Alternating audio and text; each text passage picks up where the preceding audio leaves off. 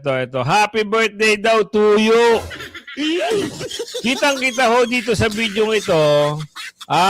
Itong nakadilaw. Ito ho'y dilawan. Oo, natural na dilawan ito kasi yung nanay nito dilaw. At naging panggulo rin ng Pilipinas. Ito naman si Palaka. Alam niyo naman, siyempre, pula. Pula ngaw yan. Naniniwala dahil traidor daw tayo, ha? Ito, sampal itong video sa ito, mga unggoy kayo. Mahal na sambay ng Pilipino si Bibi Sara. Manahimik kayo sa mga paniniraan nyo, mga unggoy.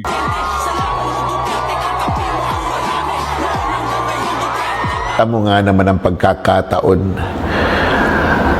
sa pananalita ng Pangulo sa pagbungad ng kanyang sona, abay nagkaroon ng pag-asa dahil kakasuhan ng kanyang pinsan. At alam ng mga Pilipino ano ang kalalabasan nun. Sa eksaktong kaso at ebidensya.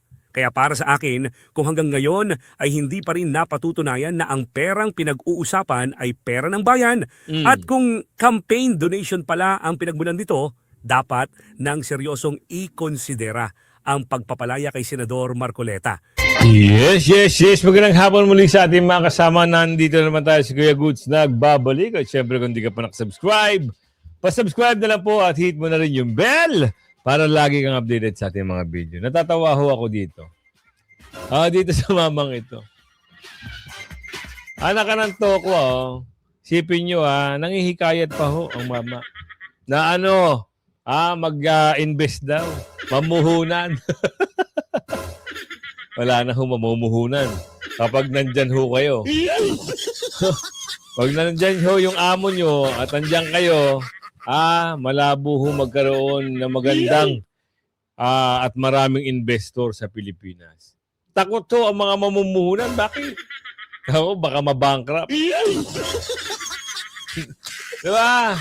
Sabi dito, ito si Batman. Mamuhunan dito, magtayo ng negosyo dito, lumikha ng trabaho dito. Wow! Baka magka-problema pa yung mga investor sa inyo. Nanawagan daw ho siya. Itong si Batman, sa mga negosyanteng Amerikano na gawing kontraktong aksyon ang kanilang partnership sa Pilipinas. What? Sa pamamagitan ng mas maraming trabaho, sa matatag na mga industriya at malaking kaunlaran sa mga Pilipino. Tantanan nyo kami, ang dami nyong nalalaman. Napakaraming investor ho ni Tatay Digong na pumunta rito. Nung nagsiupo yung amo nyo, nag-aalisan. Pero mamaya natin papasadahan yan yung mga video natin dito, meron ho kayo makikita dito na alam niyo yung mortal na magkaaway sa politika dati. Meron pang mga binibitawang salita Nang makita mo lumabas sa video, magkakasama sila. Birthday ho ata nito ni Palaka noong August 19. Tama ba? Oo. Ano ba yung sabi? August 9. Namataan itong si Palaka at itong si Karing. Si Cristeta. Na magkasama ho sa birthday at karawan itong ni Palaka. Pero bago tayo pumasok at bago natin pasadahan ng mga video, andyan po yung join button. Maaari ho kayong mag-pindot-pindot at sa dulo ng ating video, siyempre yung shoutout segment natin. Dito, ano ba ang mga magiging implikasyon nito sa inyo? Halimbawa, yung alam niyo yung itong si Palaka, asawa ito ni Pangulo, na ang alam natin, itong kulay pula at kulay dilaw, tunay na magkalaban yan. Mula noon. Pero bakit ngayon parang suka mo, kainin mo? Wala na sa inyo yung tatay mo pinigilan. Wala na sa inyo yung naka-one issue. Wala na sa inyo yung sinasabi daw nila na yung tatay nila ay tinegay sa airport. Wala na. Basta magkasama sila. Ayos na, ang buto-buto, di ba? Di ba? Oo. So ipasok natin kasi nakita ho dito, etong ho magkasama sa birthday ni Palaka. Wait lang. Wait lang. Oh, ito. Happy birthday daw to you. Kitang-kita ho dito sa video ito. Itong nakadilaw, ito ho'y dilawan. Oo, natural na dilawan ito kasi yung nanay nito dilaw. At naging panggulo rin ng Pilipinas. Ito naman si Palaka. Alam niyo naman, siyempre, pula. Pulangaw yan. So, alam niyo naman ang hidwaan ng pamilyang yan. Pero ito, magkasama. Bakit? Mukhang there's something fishy. Mukhang, kailangan matalo ang kulay green. Ganun ba yun? Kahit gumawa pa kayo ng grupo-grupo nyo, kahit magsanib-sanib pwersa pa kayo, walang titibag kay Bibi Sara. Tingnan nyo, happy birthday daw. Happy birthday to you. Yay! Anak ka ng bugi. Ang plastic! Dating magkaaway, ngayon magkasama. Dapat talagang sabihin nyo na talaga. Hindi, nakakapagtaka. Kayo ba, nagtaka rin? Ako, nagulat ako nasyak ako, ano ito? Paandar nito mga ito?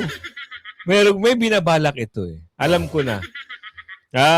Kukuha sila ngayon ng simpatya na kailangan mabango sila sa mamamayang Pilipino at hindi ang Vice President Sara Duterte. Ganun ang palalabasin nila dito. Para saan pupunta ka dyan? Alam mo naman yung pamilya na yan mortal na kaaway ng pamilya mo. Nagtatanong lang ho tayo. At para saan naman, ano ngayon meron? Patila baga close friend kayo? Close friend? Anak ka ng bugi. Ayon daw sa Malacanang, ipinakita ang pagkikita ng maayos ang relasyon ng dalawang pamilya. Kita nyo na.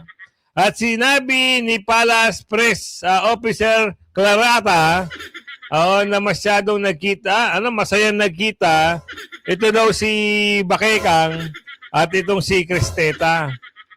Di ba? Nakakaloka kayo. Pinagluloko nyo kami. Diba? Dati talagang matinding pasaringan ito Ibang klase.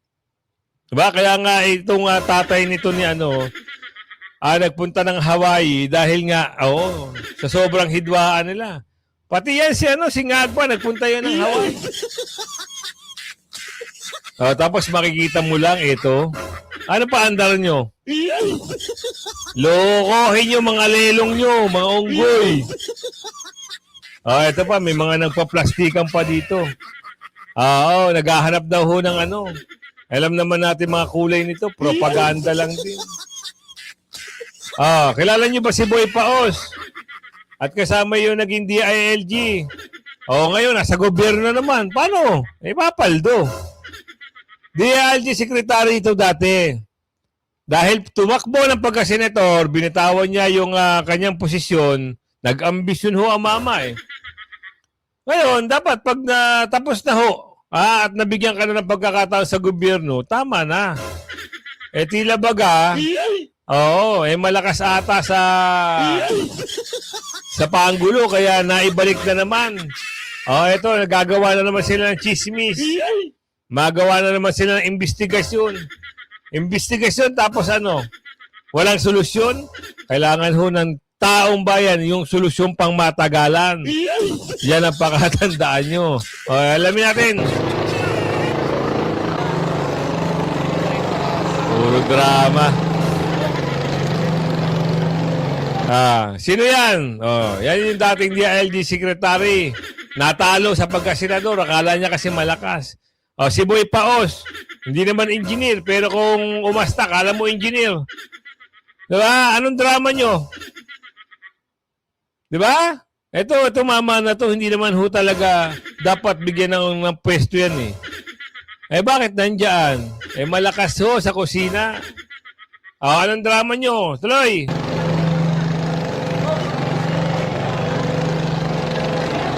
Irene! Dito ka sa harap! Irene! Mag-i-inspection daw pala ito sa Bulacan. Eh wala naman hong project sa Bulacan, mag-i-inspection pa kayo. Di ba? Sasayang lang ho kayo ng budget, araw-araw. Propaganda, kunyari nagtatrabaho. Hindi ho kayo mananalo, magsitakbuhan kay senador. Hindi ho kayo mananalo. Tantanan nyo na kami.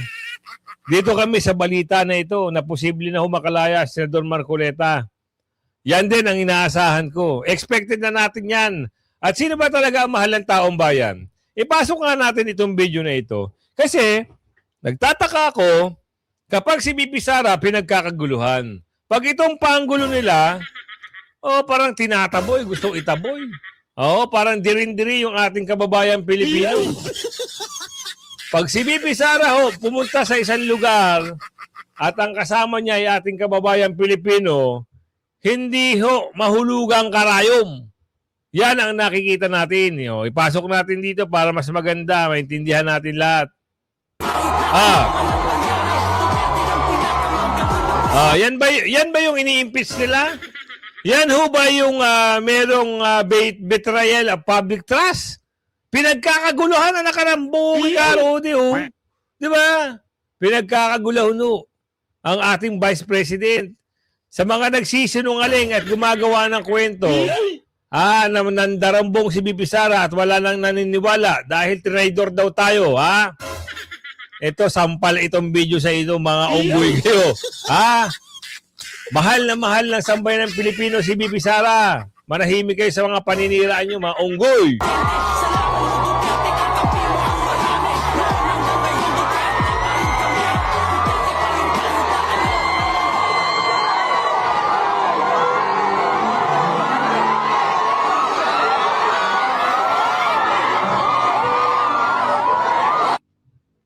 Hindi maubusan tao. Hindi magkamayaw.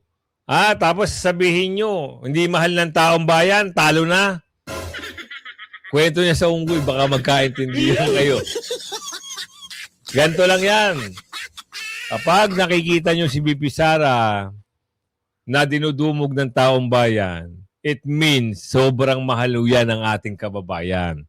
Kapag si Ngagba pumunta sa isang lugar at hindi pinapansin kahit magkakaway-kaway ka pa dyan, bangag, ibig sabihin, wala nang nagtitiwala sa'yo. 27% laglag ang tuka mo. Tama?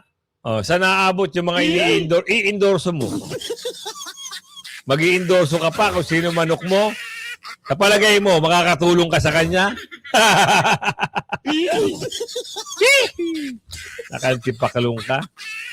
Ito, pasok natin ito. Usapin na kay Orly Gutesa at dito kay Balulong.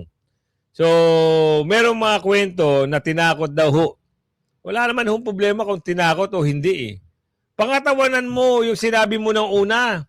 Kung tinakot ka, di sabihin mo lang tinakot ka, kaya ka nagsabi ng ganyan. Hindi yung haharap ka, sasabihin mo sa media na na hindi totoo yung mga binitawa mong statement noon. Ano ka, sineswerte? O kaya, babanatan ka ni Sir Madarahug. Nga yung sinasabi ng karamihan na walang mangyayari sa kaso kay Romualdez sa ombudsman. Heto na! Pinapadismiss ng kampo ni Romualdez yung kaso niya sa Office of the Ombudsman dahil wala daw itong ebidensya laban sa kanya. Wala daw nag-uugnay sa kanya na tumanggap siya ng pera, pinangakuan, o tatanggap o kahit na anong ebidensya na magsasabing nakinabang siya sa mga proyektong flood control. Ang nag-uugnay sa kanya na si Orly Gutesa, sabi niya, ay bumaliktad na. Nag-recant, binawi ang mga sinabi.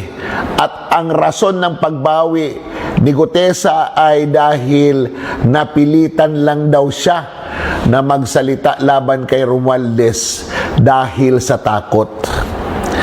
At tatlo sa mga hinahawakan ni Attorney Balingod na mga testigo na nagsasabing nag-deliver sila kay Martin Romualdez ay bumaliktad na rin.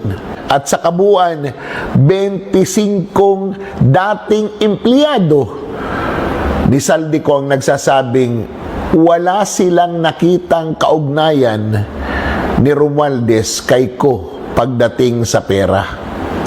Kita mo nga naman ang pagkakataon sa pananalita ng Pangulo sa pagbungad ng kanyang sona, abay nagkaroon ng pag-asa dahil kakasuhan ng kanyang pinsan. At alam ng mga Pilipino ano ang kalalabasan nun. Pag kinasuhan ng kanyang pinsan, pag ito ay ipinakulong, siguradong magsasalita ito kung sino pa ang kanyang mga kasabwat. Na alam natin hindi na mangyayari dahil inayos na. Naayos na po. At sa takbo ng mga balita, mukhang hindi talaga tayo magkakaroon ng hustisya ngayon sa panahon ni Bongbong Marcos kung hindi doon sa panahon ni Sara Duterte. Kaya relax lang muna tayo. Palakasin natin ang ating sigaw para kay Sara Duterte.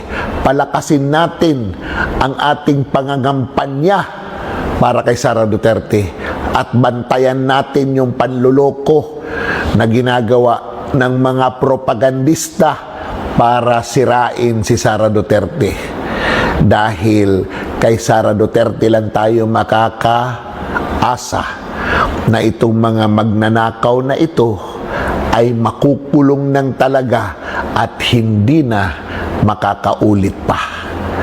Sayang ang bayot. Totoo yan. Ngayon ho kasi, hawak nila lahat ng mga ahensya, hawak nila ambit, hawak nila. Pero may katapusan naman ho yan. Hindi naman porket ngayon, aabot pa sila ng 2030. Ano kayo? Swerte? 2028 lang. Ngayon, eto gumagawa na ho sila ng paraan kung paano nila pababagsakin si Vice President Sara Duterte. Mahihirapan ho sila dito. Sa conviction, malabo sa malabo. Pangalawa, kung halimbawa naman magkataon, nagawa nila ng kwento yung ibang senador, at nga, totoo nga, na nakonvict nga si Bibi Sara, mangangahulugan ba na wala ng Duterte? Meron pa rin. Diba? Duterte brand hindi na mawawala sa kasaysayan ng Pilipinas. Alam nyo bakit? Itong kanununuan ni Tatay Digong, mga politiko po yan. Kaya nasa dugunan nila yan. At ngayon, malawak na ho ang alam ng tao patungkol dito sa mga nangyari at ginawa ng mga Duterte sa bansang Pilipinas. Nakagandahan at kaayusan.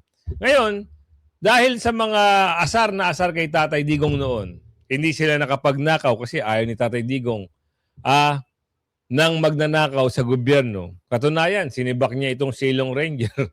Dahil 7 beses mag-travel sa isang buwan daw, di umano, sinibak ho.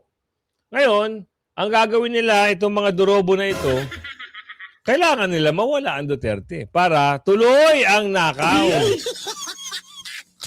Papansin nyo? Diba?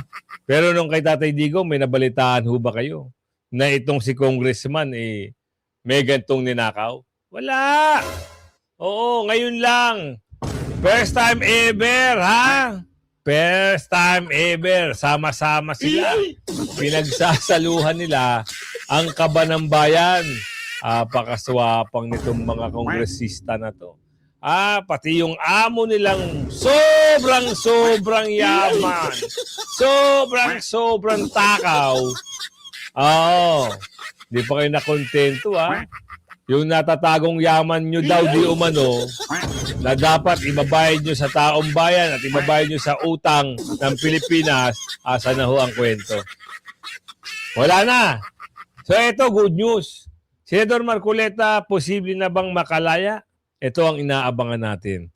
Kung wala naman ho mabigat na ebidensya, hanggang ngayon ay nananatiling blanco itong pagbigay ng campaign fund at alam naman natin na hindi ito galing sa pera ng gobyerno, bakit plunder ang kinaso kay Senator Marcoleta? Pakilinaw nga ho. At kung wala ho kayo talagang mabigay na tamang konklusyon, pakawalan nyo na si Senador Marcoleta. Please lang, dahil kami ho ay umaasa sa galing ho ng isang senador na bukod tangi lang naman. Siya ang senador at mula nung congressman pa siya ang nanatiling nakatayo at nanandigan dito sa mga Duterte. Kaya kung wala hong kaso, palayain nyo na. Kung pag-uusapan natin ang posibilidad na makalaya si Senador Marcoleta, ang pinaka-importanting tanong ay ito. Napatunayan ba talaga na ang perang pinag-uusapan ay pera ng bayan? Dahil kung ang ipinipintang halaga ay campaign donation, hindi sapat na sabihin lamang na may perang pumasok o may natanggap na kontribusyon. Kailangang patunayan kung saan talaga nanggaling ang pera at kung may nilabag na batas. Kung walang malinaw na ebidensya na ang pera ay galing sa kabaanan ng bayan at hindi rin napatunayan na ginamit ito sa isang illegal na paraan, mahihirapan ang prosekusyon na patunayan ang isang criminal offense. Kaya dito papasok ang prinsipyo ng presumption of innocence. Hindi kailangang patunayan ni Marcoleta na inosente siya. Ang kailangang gawin ng nag-aakusa ay patunayan ang kanyang pagkakasala ng naayon sa batas. Kaya kung sa proseso ng paglilitis ay lumabas na campaign contribution pala at hindi government funds at kulang ang ebidensya para patunayan ang krimen, posible talagang mauwi yun sa dismissal o acquittal. Yun naman pala eh. Bakit pinapatagal pa? Di ba? Kung campaign donation ito, hindi naman ho. Plunder dapat ang ikaso nyo. Tsaka wala naman hong kaso. Dahil yung COMELEC chairman, yung kaso na yan, binasura na. 'Di ba? Nagtataka lang ho tayo, parang ang bilis ng mga bagay-bagay at pangyayari. Wala pang 1 linggo, ito, nakakulong na si Senador Marcoleta. Kung campaign donation yan, hindi ho pwedeng plunder ang ikaso sa kanya. 'Di ba? Ano ba ang pwede ikaso sa kanya? Wala. Bakit yung iba ang lalaki na pa ng donation? May 200 plus million ang nababalita dito sa campaign donation ni Ngagba. Bakit hindi naman pinag-uusapan? Pakaloko nyo, no? Diba? Basta talaga hindi nyo kaalyado, okay sa inyo, makasuhan sila. Pag kaalyado nyo, kahit may kaso, nahihilaw. Pakipaliwanag ho. Ano ho ba ang campaign fund para sa inyo? Hindi sa eksaktong kaso at ebidensya. Kaya para sa akin, kung hanggang ngayon ay hindi pa rin napatutunayan na ang perang pinag-uusapan ay pera ng bayan at kung campaign donation pala ang pinagmulan dito, dapat nang seryosong i-konsidera ang pagpapalaya kay Senador Marcoleta. Hindi po pwedeng puro aligasyon. Kung ang akusasyon ay nakasalalay sa isang partikular na pinagmulan ng pera, kailangang malinaw na maipakita ng prosekusyon ang ebidensya kung saan talaga nanggaling ang pera at kung paano ito naging bahagi ng isang krimen. Kung hindi nila kayang patunayan na pera ito ng bayan, kung hindi nila kayang patunayan ang krimen, at kung may reasonable doubt sa kaso, bakit siya mananatiling nakakulong? Yun nga ang malaking katanungan. Ako ho nalilito, naguguluhan din ako. Kung wala naman ho palang ebidensya na yan ay plunder o ginamit ang pondo para dito, ano ho yung kasong may isasampa? Kasi plunder ang sinampa eh. Ang gulo mo, Kuya Goods, hindi ganito, papaliwanag natin. Kasi kinasuhan si Senador Marcoleta ng plunder. Bakit nga ba naging plunder? Ako ho, gulong-gulong na rin ako. Bakit naging plunder ang kaso? Samantalang campaign donation itong natanggap ni Senador Marcoleta. Pinipilit nila. Nakaso daw, nakaso. Ewan ko kung saan nila kinuha. Kahit kayo, maguguluhan kayo. Campaign donation? Hindi naman ka ba ng pera ng taong bayan yan? para sabihin plunder. Ano ba ang plunder? Pag nag-plunder ka, ibig sabihin, nagdarambong ka sa pera ng kaban ng bayan. Yun ang pwedeng ikaso sa'yo. Kaso wala ho eh. Kaya nagtatanong ho tayo, anong kaso ni Senador Marcoleta hanggang ngayon, nandyan pa rin siya. Kung wala naman talagang di baka walan nyo na. Good news sana yun. Kung yun ang gagawin nyo. Pinapatagal nyo pa na kayo ng toko. Akala kasi na itong mga ito, itong mga gusto magpaka-impeach kay BP Sara, akala nila, porket wala ho yung ibang senador, yung 3 senador, yung threshold ay ibababa. Mga ungas, managinip kayo ng dilatang mata. Hindi makukunbik si Vice President Sara Duterte. Mapapahiya lang kayo. Uubusin nyo na ang kaban ng bayan? Gusto nyo ubusin? 92 days? 92 times 25 million. Anak ka ng bugi ka. Magkano? Ilang billion yan? Compute natin 25 million times 92 days. Umatigabong 2.3 billion. Ang sarap. Paldo lahat. Diba? Anak ka ng tipakalong. Ito, ipasok natin itong pag-uusap na ito. Ang takaw nyo talaga, itong mga nakaupo na to, yung mga nasa gobyerno na ito. Yung mga taong naghihirap dyan sa mga nabaha, hindi man nila matulungan. Samantalang pag-uusap dito kay BP Sara, lagi nilang inuungkat. Ipasok natin itong video na ito. Ito yung talagang ginagapang nila, yung conviction ni BP Sara. Talagang pinipilit nila buuin yung 60 na boto. Ang problema, hanggang ngayon, hindi nila makuha at wala silang makukuha ng 16 na boto. Kundi 13 na lang. 13 na lang ho ang kaya nilang makuha. Hindi naman ho pwede, 13. Tapos, kukonvict nyo si BP Sara. Ang lalabas dyan, acquittal, hindi conviction. Kaya marami hong mag-iiyakan dito sa mga congressman, contractor, at siyempre, iiyak si Balulong at si Ngagba rito. For sure yan. Pinapagapang nila na naman ng, eto balita rito. At mukhang pinipilit buuin ang 16 na boto para makonvict si Vice President Sara. Dahil reportedly, may nandiligaw daw na senador sa minority bloc. Sino yan? Ayon kasi sa Facebook page na Pinoy Showbiz. Sinusulot para numero'y umabot, Escudero reportedly courts Jinggoy, Villars, and Legarda to convict VP Sara. The Senate impeachment trial is only on day 16, with proceedings potentially stretching to as many as 92 days. Yet, Isipin nyo sino ang nababalita rito? Oy, magtigil-tigil na kayo. Si Senator Jinggoy, nakakulong na. Ngayon, pipilitin niya para saan? Lalaya siya. Kapalit ang pagbaligtad. Sa tingin nyo, maniniwala pa sa inyo. Tapos si Senator Legarda, pipilitin nilang umuwi. Kasi extend na ho yung sick leave Yung medical leave ni Senator Legarda. So yan ang plano nila na Plano nila talaga na kausapin para mawala yung kaso. Sa tingin nyo, mawawala ang kaso? Hindi ho rin papupunta sa kampo nyo yan. Bakit? Matapang ho naninindigan itong anak na si Congressman Libiste. Sino ang matimbang? Anak o kayo? Kaya mahihirapan ho kayo, At sino pa nababanggit? Ngayon ang tanong dito, kung yung dalawang biba ay babaligtad, yan ang hindi pa natin alam.